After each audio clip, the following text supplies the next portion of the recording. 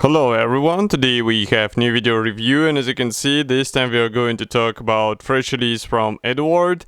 This is a model which is molded in 1/48 scale, and it should be familiar to all of you because it's a Spitfire, but this time it comes as a Mk.IIb, so we have a Profipack release of this aircraft, and this is a commercial sample, so it means you'll get exactly the same stuff as what you'll see in this video review, so we are going to open it together and check what is actually supplied inside and why this kit will be interesting to build.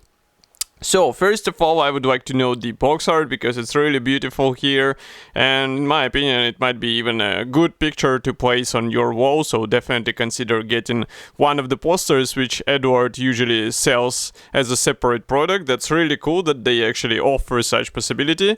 And box size is standard for Profipack. Here you can see comparison with my hand. Next, on the side here we have some safety advices and of course information that it is made in Czech Republic. Here you can see address of the manufacturer in case you would like to visit them.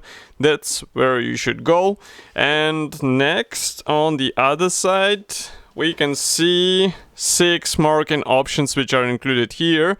So they're not that colorful, let's say it straight, but that's a typical British camouflage, so what you can expect from this, I mean, that's not surprising, but I guess the stories behind all these aircraft are quite interesting and it would be worth checking what happened with this or that aircraft. So now I'm opening this box. By the way, you can see, in case you didn't notice, that we have BF110 on the box art. I wonder if it is somehow connected with one of the kits released by Eduard before, who knows. So first we have a Ziploc bag with a clear plastic frame. Here obviously we have a canopy parts, and straight away I can say that because we have a Profipack here, it means that you won't have to worry about masks or any other possible issues. Just give me a second to wipe off the dust. So as I said, masks are included into this kit and it should be easy to cover all these clear parts. And you can notice that we are given 2 versions of the canopy elements, because you can assemble it in the open version, then you will have to use a 3-piece assembly. In case you're building a closed canopy, it's better to use a 2-piece assembly, as you can see, where we have rear section molded together with the middle section. This will give you a better fitment and obviously it will look a bit more natural, but all parts look really great. Here I have nothing to complain about, especially considering the fact that we have masks included out of the box, and it means you are literally covered out of the box. Next we have Ziploc bag with gray plastic frames. So actually there are 2 plastic bags with gray frames. We are going to start with this one. As you can see, we have fuselage house. Maybe I'll open the camera a bit so that it will be brighter, and maybe I'll increase the brightness of my light. Yeah, now it should be better. So here you can see that we have both fuselage halves molded together with not only a tail fin but also with a cooling cover top section. So it will be a bit tricky for some modelers in order to avoid any unnecessary gaps and seams, so be careful with it. And maybe I'll zoom in a bit more. So here you can see that we have nice rivets and recessed panel lines. All this stuff looks good. Let's not forget that this is a 1/48 scale kit, so that's why it might be a good idea to spend some time painting and weathering all this stuff, because it will be visible on the finished model. And here, by the way, you can see that we have some guiding elements. We also have the special alignment elements for the cockpit, so it's more or less easy assembly as long as you follow the assembly guide, obviously, and of course as long as you think through all the next steps. Okay, next we continue with another gray plastic sprue. So here we have slightly different parts, and maybe I can zoom in a bit first, and no, it's better like this. So here we have 3 propeller types. We also have propeller hubs, we have fuel tank, we have even one of the cockpit walls. So I guess this sprue is specific for Mk.IIb Spitfire, and that's why all these, I would say, random parts are combined together in order to notify or to note all the changes for this particular type of the Spitfire. By the way, here you can see exhaust stacks.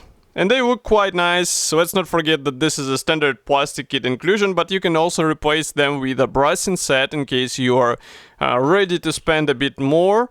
Next we continue with the chin panel halves, and here we have ailerons which are molded separately, propeller, tail wings, some parts for the propeller again, another type of exhaust stack. And here we have one of the cockpit walls. Well, basically that's why I was saying that overall mix of parts is really unusual, I would say, or strange, because we have one cockpit wall, then we have 3 propellers, we have a lot of exhaust stacks. So all this stuff will be used to copy various editions of the Mk.IIb Spitfire. Next we continue with another gray plastic sprue. So this one is dedicated to wing halves. So you can notice that we have 2 top parts and 1 bottom. Note that flaps are pre-molded, and in case you would like to copy them, you would have to use this set which we reviewed before. You can find it easily on our YouTube channel in case you've missed it. But that's something I would rather suggest to more experienced modelers. I know that a lot of you guys, and maybe me even, they are afraid of PE parts, and this upgrade it will require some cutting for the original plastic, so keep it in mind, but it will give a really great look for this kit. As for the external features, as you can see, we have recessed panel lines and rivets. All this stuff looks really great, so it's just a matter of careful painting and weathering, as I said before. Obviously we have air intake and wheel wells, they are molded separately. Ailerons are also separate, wing edges are also, or wing tips. And here inside you can see some of the guiding elements which will help you to align these parts together.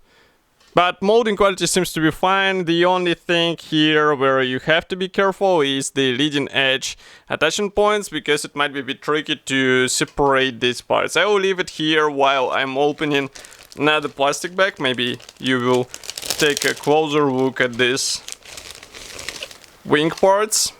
Okay, so next we have bigger plastic frames, because they are concerned with a mix of various parts.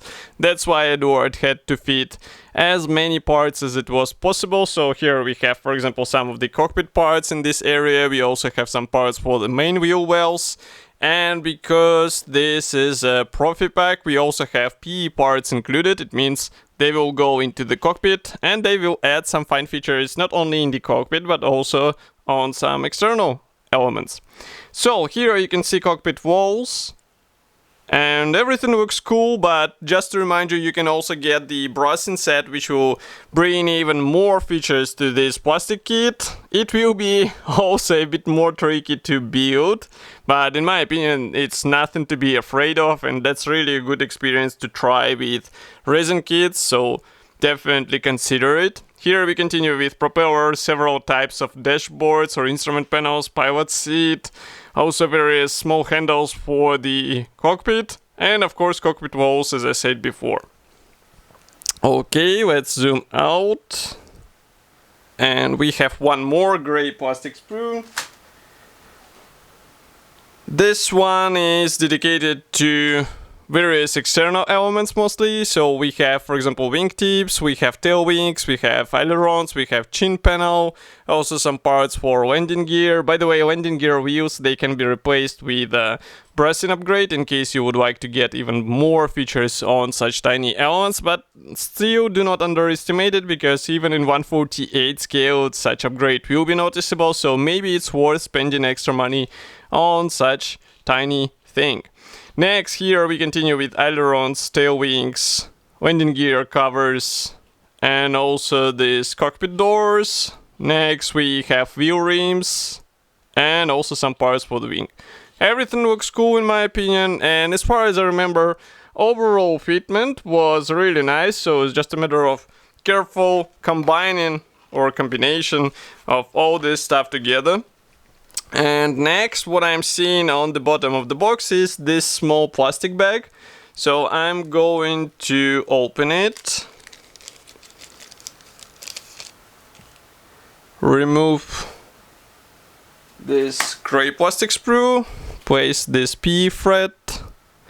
Let's zoom in as much as we can. So here, maybe I'll switch off the light. Yeah, now it should be a bit more visible. So here you can see a pre-printed or color printed P thread. It is interesting also because it features some copying of the glazing on the dials. So if I will place it like this under the angle to the light, you can see that there are small bulbs, let's say, on the dials, which should copy glass on the instrument panel. Really cool feature which looks great in 1/48 scale. We also have seat belts, we also have meshes for air intakes. So that's really cool upgrade which will be also handy for 1/48 scale Spitfire. Next we also have another plastic bag. This one is dedicated to masks. So masks are provided in form of this pre-cut sheet, and as you can see it will be used for the canopy parts and maybe also for landing gear wheels, because here we have some circles, but that's really good bonus which will help you to get a bit more, I would say, precise or exact paint finish on your model, and you won't have to spend money or time to try to get some masks or something else. Next I'm opening another plastic bag. This one is dedicated to decals sheet, and obviously decals are printed in Eduard, so you don't have to worry about printing quality. Maybe I'll place it like this. Yeah, now it should be visible. So printing quality looks really good. We also have decals for instrument panel in case you don't want to use PE parts. And it's cool that we have segmentation. It will be helpful in order to get the necessary symbols without cutting through the whole decal sheet. But that's not all. We also have a second decal sheet. This one is dedicated to stencils. And here, by the way, you can see that even these tiny writings, they are easily readable if you take it closer. So that's a really great feature of this kit. Next, we continue with assembly manual. So let's zoom out a bit. Maybe even more. This is a color printed brochure. We have a short history note on the first page. Next we have parts map, and maybe I'll close the camera because that's really bright. And here you can see that a lot of parts, they won't be used in this particular type. So for Mk.IIb Spitfire we actually need this cockpit wall, and that's pretty much one of the few parts which will be used from this new sprue. Next we continue with the assembly process for the cockpit. As you can see, you will have to combine all these parts together, and as I said, the fitment is really great, so it's just a matter of careful assembly and of course think through how to paint all this stuff, because it might be a bit tricky for beginners. There are some parts which won't be accessible later, so it's better to paint them in advance, etc, etc. Next we continue with modifying the original plastic, but it will be required only for the closed canopy, so think through this moment as well. Next we start working on the wing. You have to drill several holes in it, but that's pretty much all modifications you have to do, and then you join wing together with the fuselage. You assemble tail wings and install them into the place, and then we have elevators and rudder installed into the place as well, because they're molded separately. Here we continue with ailerons and air intake on the chin panel. As you can see, they will be assembled separately. And next we also assemble air intake on the wing. Next we continue with some minor P elements in the wing flap. That's really cool, because I really doubt that you notice them from the first sight, but still they're copied, and that's really great upgrade to get out of the box. Next we continue with landing gear wheels. Do not forget that you can replace them with brassine parts from Eduard, which are even better looking. And then we install landing gear legs in place. It also concerns the tail landing gear. We also work on the canopy part. As you can see, that's a PE handle, which will be visible if you plan to copy the open cockpit. And next here we have a rear view mirror, which is copied with help of PE parts. We install antenna. Here we assemble propeller. Of course we choose well, we had to choose whether you want open or closed canopy before, so now you just install all these parts. And here we have stenciling guide, surprisingly straight away before the marking guide, because here we have masks application guide, and as you can see, it will be also used for the landing gear wheels, and I think that's the target side or rear view mirror. Here we have first marking option from June 1941.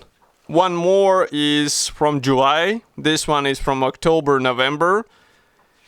And here we have two more from September and October the same year. And one more here. This one is from summer 1943. This is really surprising. And it was flying in United Kingdom in Essex, as you can see. So, all in all, we get a really great combo in form of Profipack set. It should be already available, so you will get it on official Eduard website. Of course, I will be happy to hear your opinion about such release. Do not forget to write it here in the comment section below. If you like this video, press the like button, subscribe to our YouTube channel, and I will see you in the next video review as usual. Thank you for joining me today, and bye!